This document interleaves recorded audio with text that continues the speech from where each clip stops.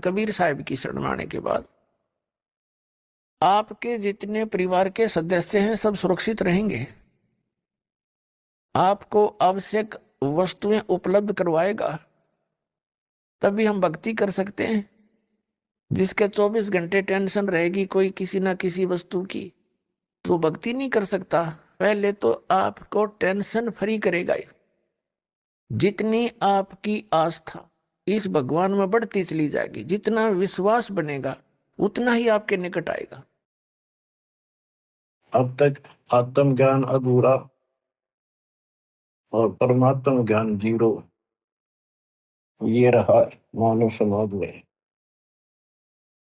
आज तक मानव समाज तत्व ज्ञान से ठीक से परिचित नहीं हो पाया, क्योंकि सूक्ष्म वेद पर विश्वास नहीं बना।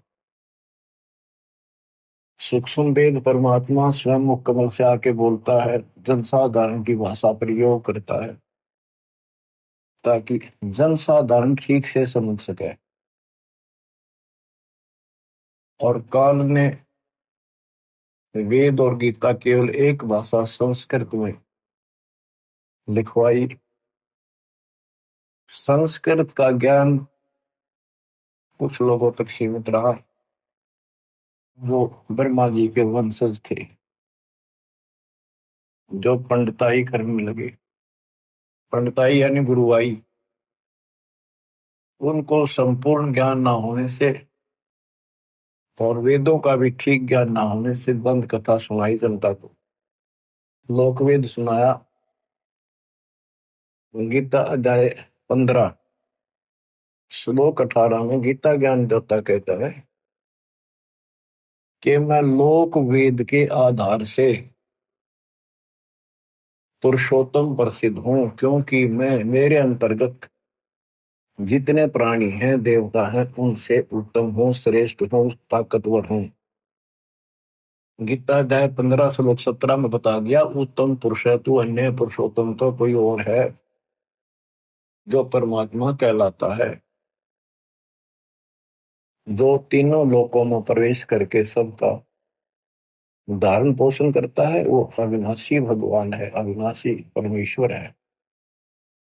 इन्होंने गीता को ठीक से नहीं समझा, वेद ठीक से नहीं समझे, और परमात्मा की कृपा हुई दास के ऊपर।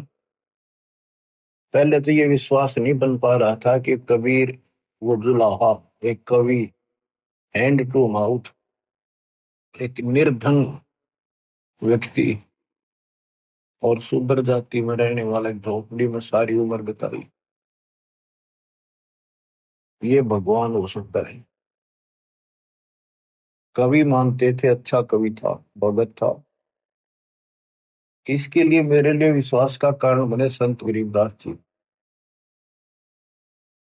क्योंकि हमारे अंदर हर तरह की बीमारी अहंकार ठोक रखा है। जैसे नित्यानंद जी महाराज ब्राह्मण जाति में थे और 300 वर्ष पहले तहसीलदार थे। आज शायद डीसी की इतनी पावर नहीं होती जितनी उसमें तहसीलदार की होती थी, और इतना सम्मान होता था। राजाओं के राज जो बोल दिया फाइनल, कोई पद ही नहीं सुनता था। ब्राह्मण जाति एक नंबर की होती थी, सब नतमस्तक होते थे, राजा से लेकर रैयत तक। सभी, छोटे से लेकर बड़े ब्राह्मण को सब दादा बोलते थे हमारे यहाँ। दादा मीन सम्मानित, बुजुर्ग, बड़े महान। तो इतना अहंकार था इस जाति में हो जाना फिर स्वाभाविक होता है। नित्यानंद जी कहते हैं, ब्राह्मण कुल में जन्म था, मैं करता बहुत मरोड़, बड़ा गर्व था मेरे अंदर। गुरु गुमानी दास ने दिया को बिदगढ़ तोड़। तो इसी प्रकार दास का जन्म जाट जाति में था, और इस कारण से कबीर साहब को एक जुला होने के नाते, भगवान तो दूर की बात है, भगत भी स्वीकार्य नहीं था। कवि हो सकता, लेकिन संत गरीबदास जी जाट थे। जब दास का वहां जाना आना हुआ, हमारी रिश्तेदारी हुई, छोटा भाई का विवाह हुआ गांव चुलानी में,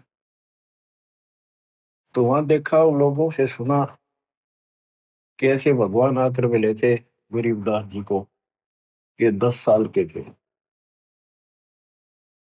तो रिश्तेदार और वहां के सभी लोग कहें, वहां आने वाले भगत जगत संत दूर दूर के आए, वो सभी ये बात कहें कि भगवान आए थे। भगवान कौन? कबीर साहब।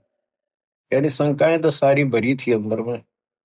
कबीर साहब कैसे आए? वो तो 600 साल पहले होके मर लिए। ये सन 1717 में जन्मे, 27 में आए, 10 साल की उम्र में। बहुत सी बातें तो अज्ञान ठोक रखा था हमारे अंदर, कुबद भर रखी थी, कुबद का गढ़ था। लेकिन मेरा कुबद का गढ़ संत गरीबदास जी के कारण टूटा। आपको भगवान मिल गया बच्चों। आपकी किस्मत की तुलना आज पृथ्वी पर किसी चक्रवर्ती राजा से नहीं की जा सकती, फिर माँ विष्णु महेश से भी आपकी किस्मत की कोई तुलना नहीं है। सुख देना दुख मेटना, सुख दे